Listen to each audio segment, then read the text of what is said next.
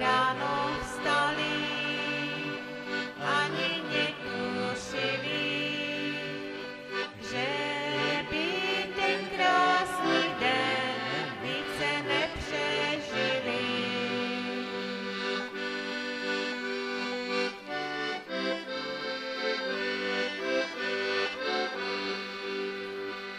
Na Palavské vrchy na ně oni jeli, chtěli vyprávět ti, co vše tam viděli.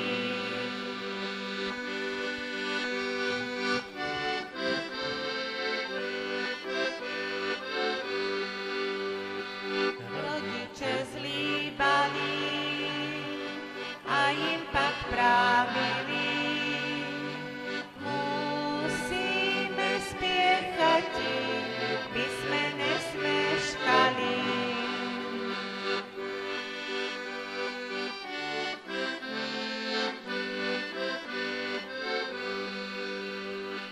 Ručičky natahli, peníze dostali, k povozům s koněmi z radosti běželi.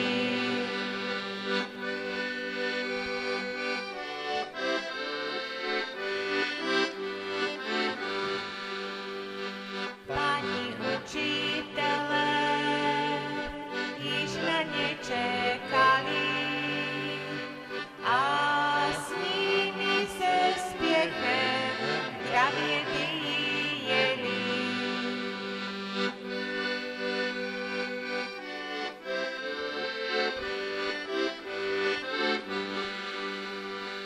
Dva vozy převezli, s třetím na bor vjeli a ten se otočil, všichni se topili.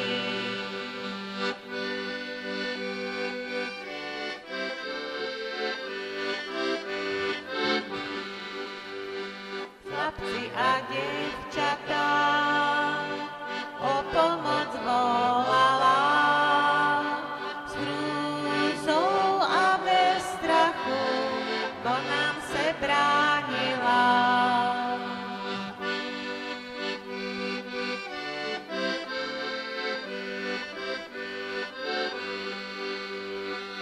Bolestné výkřiky slyšeti tam bylo, až se vše dokola lesem otřásalo.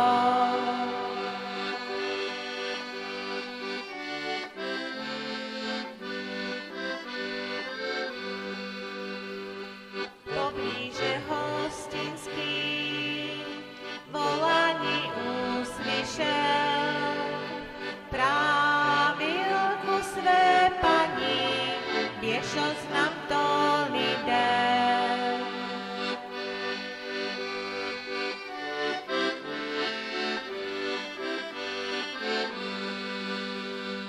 Začali zvoniti, lidé utíkali, na pomoc spěchali, vendloby pádali.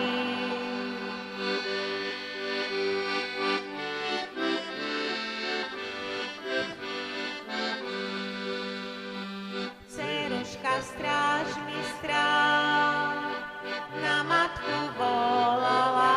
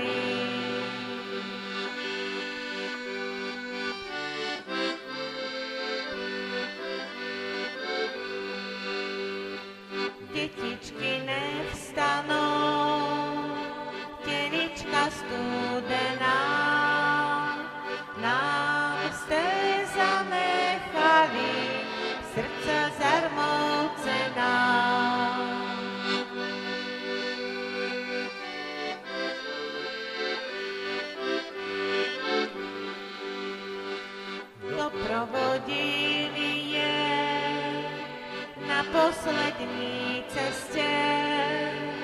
S Bohem vy detičky, s Bohem sladce spiete.